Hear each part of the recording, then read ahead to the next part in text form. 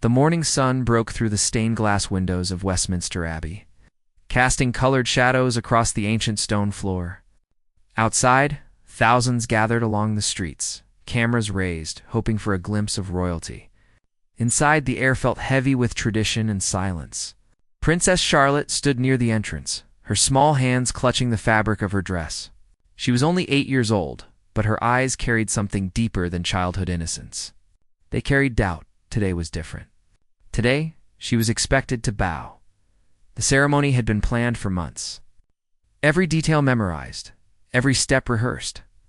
Charlotte had learned the protocol just like her brother George, just like every royal child before her. When the queen consort passed, she was to lower her head. It was tradition. It was duty. It was expected. But as Charlotte watched the adults around her move through their rituals with perfect precision, something inside her stirred. A quiet voice that whispered one simple word: why? Before we continue, if you love powerful true stories like this, make sure to subscribe and turn on notifications so you never miss an emotional moment. Charlotte had always been obedient. She listened to her tutors, followed her parents' instructions, and smiled when cameras flashed. But lately, she had started to notice things. The way people bowed without thinking. The way rules were followed without question. And now, standing in this grand hall where kings and queens had been crowned for centuries, she felt the weight of it all pressing down on her small shoulders. Her mother, Princess Catherine, stood a few feet away, elegant and composed. Her father, Prince William, adjusted his uniform, his face serious. They hadn't noticed Charlotte's hesitation yet. Nobody had. The ceremony was about to begin. Then the doors opened. Queen Consort Camilla entered, moving slowly down the aisle. Her gown swept across the marble floor, the sound echoing through the silent hall. Behind her walked dignitaries, advisors, members of parliament. Every head in the room began to lower. Every spine curved in respect. Charlotte felt her mother's gentle hand on her back, a silent reminder. Now, Charlotte, bow now. But Charlotte didn't move. Her feet stayed planted. Her head remained up. Her eyes locked on the queen consort walking toward her. It wasn't defiance born of anger. It wasn't rebellion for attention. It was something simpler and far more profound. It was a child asking a question that adults had stopped asking long ago. The guard standing beside Charlotte noticed immediately. His name was Thomas Reed, a ceremonial guard who had served the crown for 15 years. He had stood through weddings, funerals, coronations. He had watched princes grow into kings. And in all those years, he had never seen what he was seeing now. A child refusing to bow. Thomas's training screamed at him to intervene.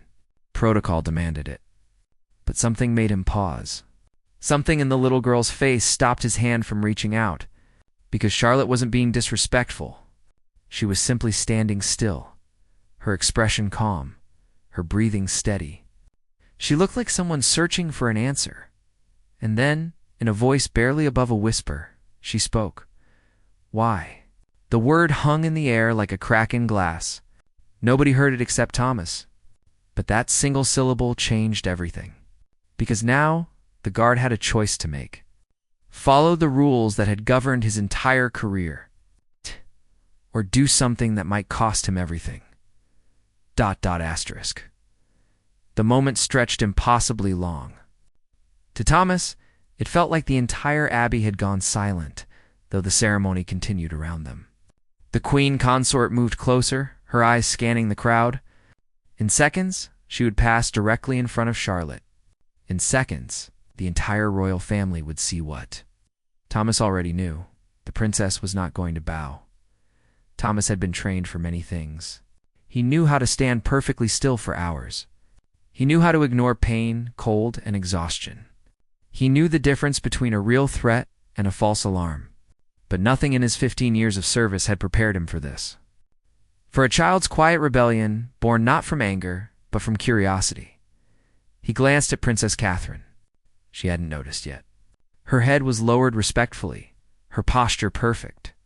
Prince William stood beside her, equally focused on the ceremony. In their world of protocol and procedure, Charlotte's stillness hadn't registered as unusual. Not yet, but it would. Any second now. Thomas looked back at Charlotte. She stood like a small statue, her eyes still on Camilla. There was no fear in her face, no trembling, just that same searching expression, as if she were trying to understand a puzzle everyone else had given up solving. "Why do I have to bow?" she whispered again, this time turning her head slightly toward Thomas. Her voice carried genuine confusion. "She's my grandmother. Why do I bow to my grandmother?" The question hit Thomas harder than he expected, because it was true. Camilla was Charlotte's step-grandmother.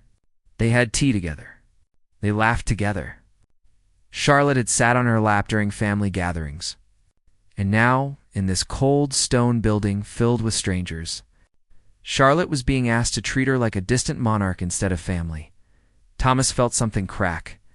Inside his carefully constructed wall of duty, he had sworn an oath. He had dedicated his life to protecting tradition.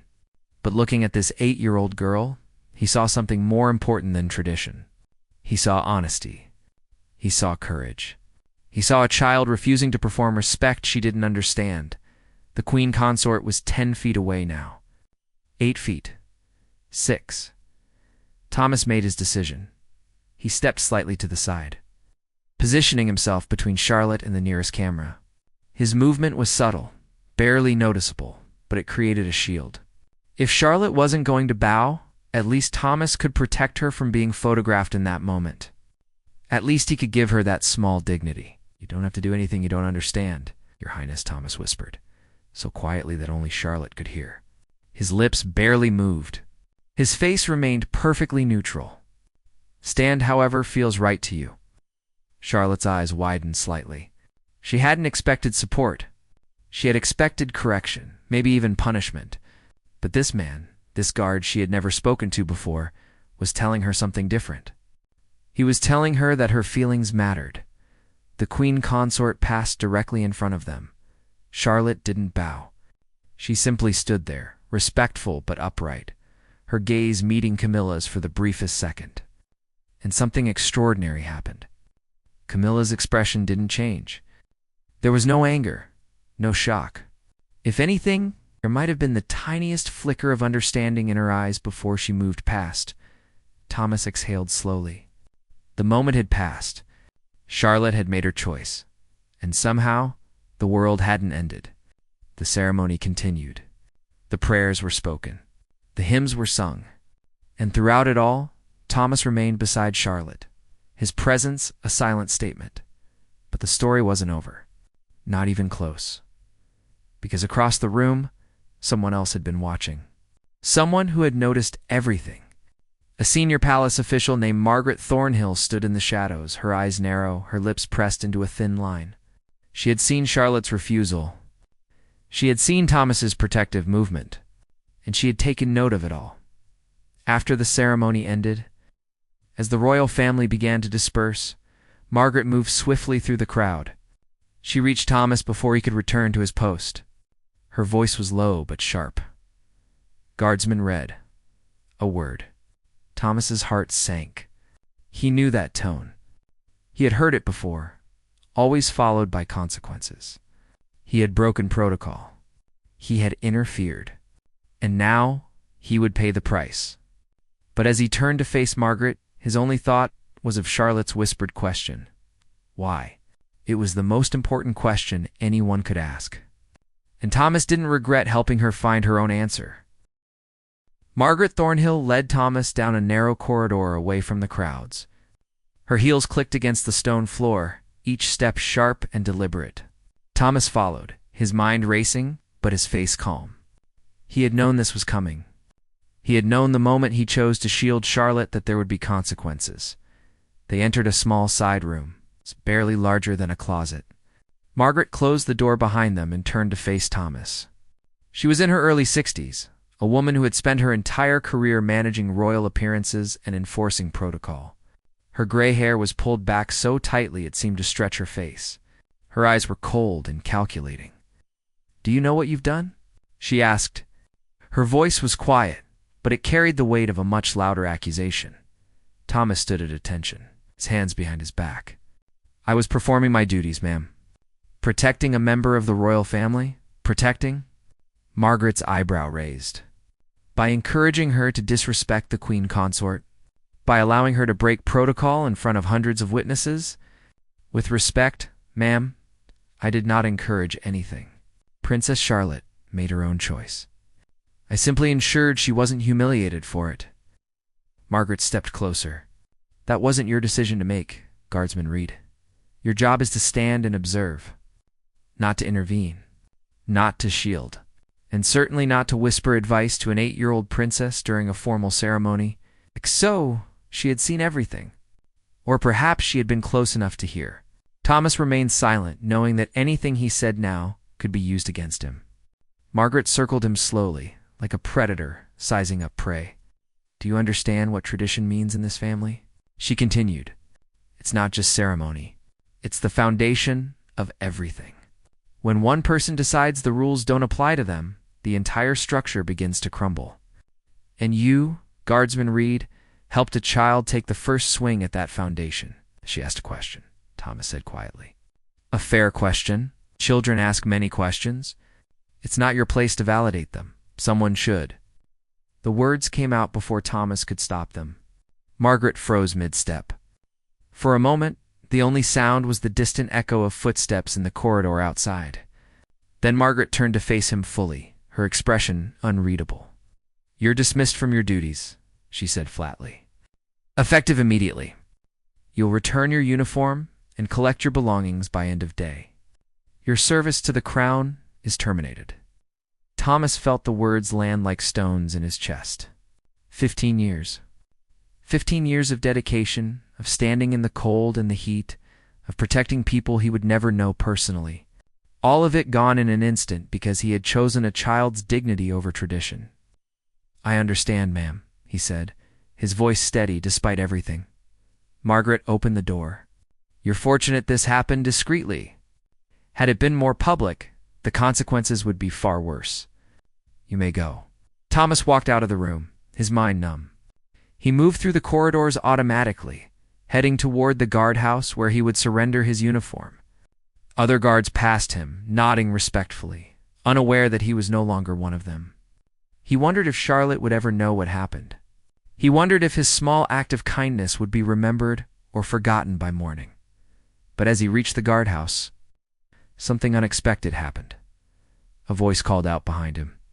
Guardsman Reed, please wait. Thomas turned. Prince William stood in the corridor, still in his formal attire, his expression serious. Thomas's heart hammered. This was it. The final confirmation. The prince himself had come to witness his disgrace. William approached slowly, glancing around to ensure they were alone. When he spoke, his voice was low and measured. I need to know exactly what happened in that ceremony. My daughter told me something and I need to hear your side. Thomas straightened. Your Royal Highness, I please? William interrupted gently. Just tell me the truth. So Thomas did. He explained Charlotte's hesitation, her quiet question, the moment of confusion on her face. He explained his decision to shield her, to give her space to make her own choice. He didn't try to justify it or defend it. He simply told the truth. William listened without interrupting. When Thomas finished, the prince was silent for a long moment. His jaw worked as if he were processing something difficult. Then he nodded slowly. You were dismissed. Yes, sir. By Margaret Thornhill. Yes, sir. William's expression shifted. Something flickered across his face. Frustration, perhaps, or anger. But not at Thomas. At something else? Someone else. Come with me, William said. There's someone who needs to speak with you. ... Thomas followed Prince William through corridors he had never entered before. These weren't the public spaces of the palace where ceremonies took place. These were the private halls, the living quarters where the royal family actually lived. Pictures of children hung on the walls. Toys peeked out from corners. It felt more like a home than a palace. They stopped outside a door. William knocked gently, then opened it without waiting for an answer. Inside was a sitting room, warm and comfortable, nothing like the cold formality of the Abbey. Princess Catherine sat on a sofa, and beside her, looking small and uncertain, was Charlotte. The little girl's eyes widened when she saw Thomas. For a moment, she looked afraid, as if she thought he had come to punish her. But William crouched down beside his daughter, his hand on her shoulder. "Charlotte, this is Guardsman Reed. I believe you met him earlier today." Charlotte nodded slowly. Her voice was barely a whisper. "Did I get him in trouble?" The question broke something in Thomas's chest. Here was this child, worried not about herself, but about what her choice might have cost someone else. Catherine reached over and gently brushed Charlotte's hair back. "You didn't do anything wrong, sweetheart," Catherine said softly. "But we need to understand what happened. Can you tell us why you didn't bow?" Charlotte looked down at her hands. "I don't know. It felt wrong. Camilla is nice to me. She reads me stories. We have tea. Why do I have to pretend she's someone scary and important when she's with everyone else? Why can't she just be Camilla?" The room fell silent. William exchanged a look with Catherine. Thomas could see the conflict in their faces. They understood their daughter's confusion, but they also understood the weight of the institution they served. "Sometimes," William began carefully, "we follow traditions because they connect us to history, to all the people who came before us. But Charlotte, you asked a very important question today. And I think maybe we've been following some traditions without asking if they still make sense." Catherine nodded. "You weren't being disrespectful, darling. You were being honest. And that matters too." Charlotte looked up at Thomas. "He helped me. He said I didn't have to do anything I didn't understand. Is he in trouble because of me?" Thomas started to speak, but William held up a hand. "Yes, Charlotte. He was dismissed from his duties because he chose to help you instead of following the rules. That's not fair." Charlotte's voice rose, stronger now. "He was kind to me. He should be rewarded, not punished." "I agree," William said simply. Thomas's breath caught. Had he heard correctly? William stood and turned to face Thomas fully. "Guardsman Red, you made a choice today that many people would call inappropriate. You broke protocol. You intervened when you should have remained neutral. Margaret Thornhill believes you should be removed from service." Thomas nodded. "I understand, Your Royal Highness. But here's what Margaret doesn't understand," William continued, his voice growing firmer. "Protocol exists to serve the people, not the other way around. And today, you served my daughter by treating her like a human being with legitimate feelings, not just a cog in a ceremonial machine. That's exactly the kind of person I want protecting my family." Thomas blinked, not sure he was hearing correctly. "Sir?" Catherine stood as well. "My daughter came to us after the ceremony in tears, not because she was scared of getting in trouble, but because she was worried about you. She said you were the only person who listened to her question, instead of just expecting her to obey. That tells me everything I need to know about your character." William nodded. "Margaret Thornhill operates under the old system, the one where appearance matters more than truth. But my children are growing up in a different world. They need people around them who will help them navigate these traditions with honesty, not just blind obedience." He stepped closer to Thomas. "Your dismissal is overturned. Not only that, I'm personally requesting that you be assigned to our family's security detail. If you're willing." Thomas felt his throat tighten. He had expected disgrace. He had expected to be escorted from the palace and told never to return. Instead, he was being offered something far greater than his old position. "I would be honored, Your Royal Highness," Thomas managed to say. Charlotte jumped up from the sofa and ran to Thomas. Before anyone could stop her, she wrapped her small arms around his waist in a hug. "Thank you for being nice to me," she whispered. Thomas looked at William and Catherine, unsure if he was allowed to return the gesture. Catherine smiled and nodded. Thomas gently placed a hand on Charlotte's shoulder. "You were very brave today, Your Highness. Don't ever stop asking why." But even as this moment of warmth filled the room, Thomas couldn't shake the feeling that this wasn't over. Margaret Thornhill was powerful, connected, and not someone who accepted defeat easily. He had been reinstated, yes. But he had also made an enemy. The story of what happened in Westminster Abbey didn't stay contained for long.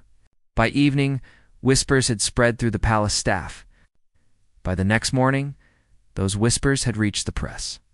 Not the full truth, of course. Just fragments. Enough to make people curious. Young princess questions protocol, read one headline. Royal child makes statement during ceremony, said another.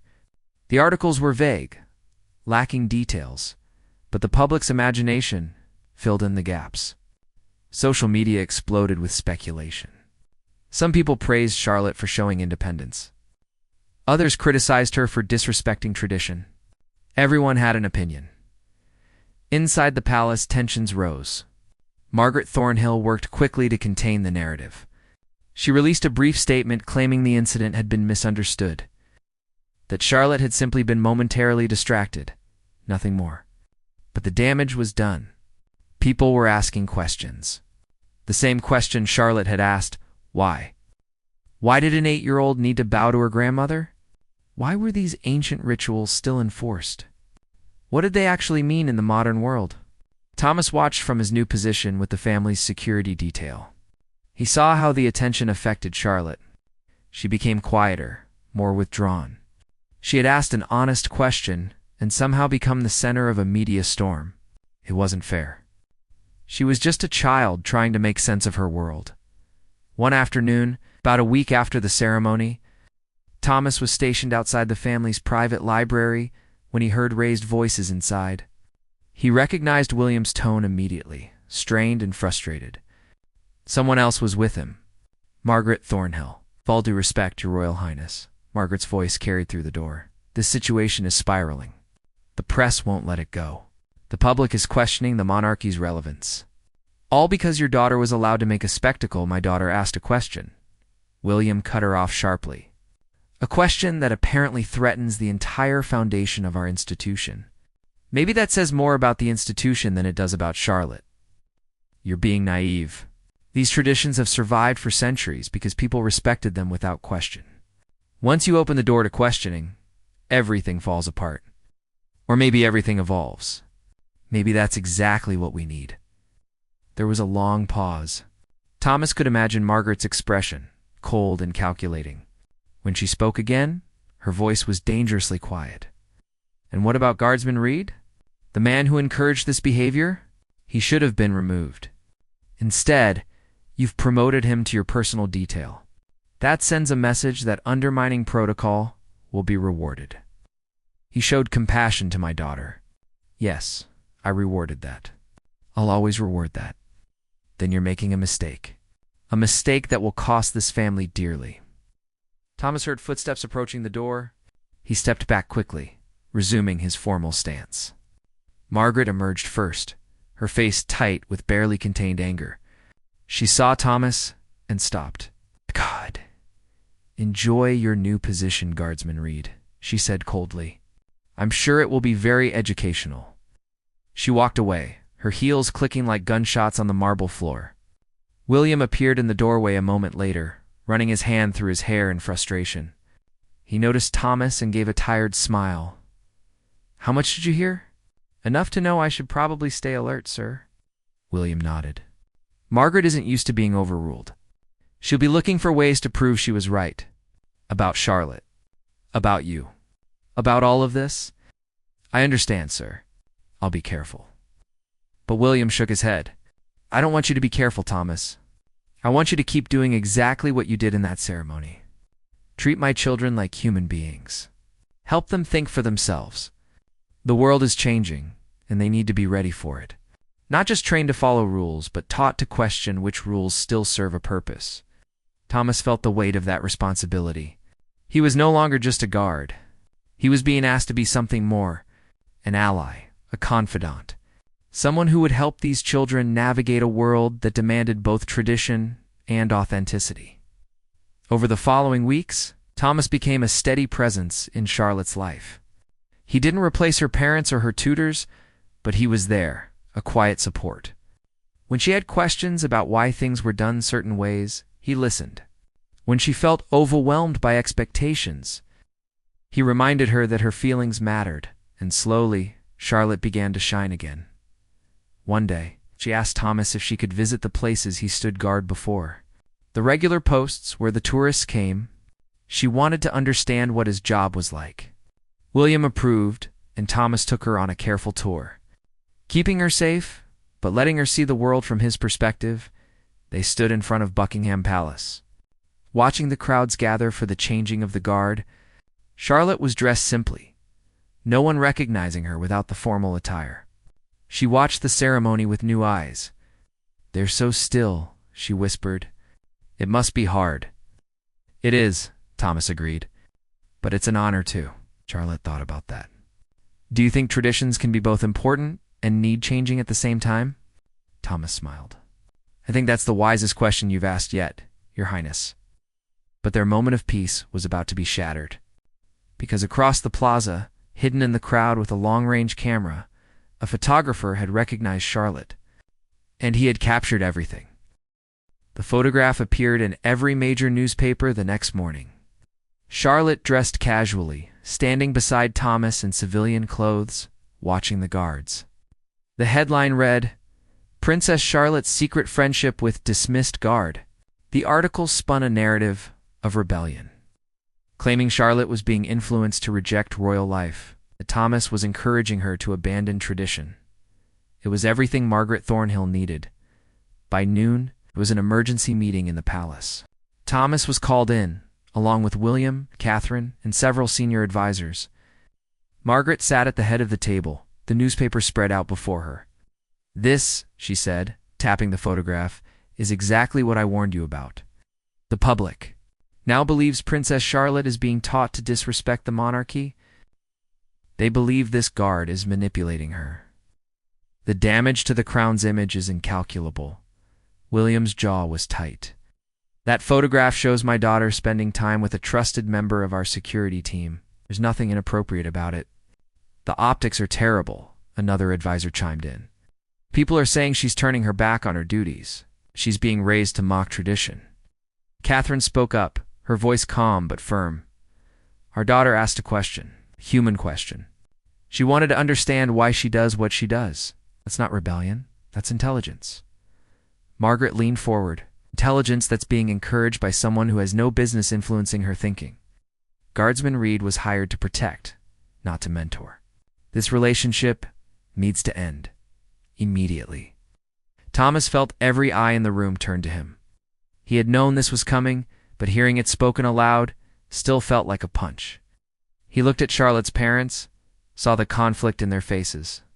They wanted to protect him, but they also had to protect the institution.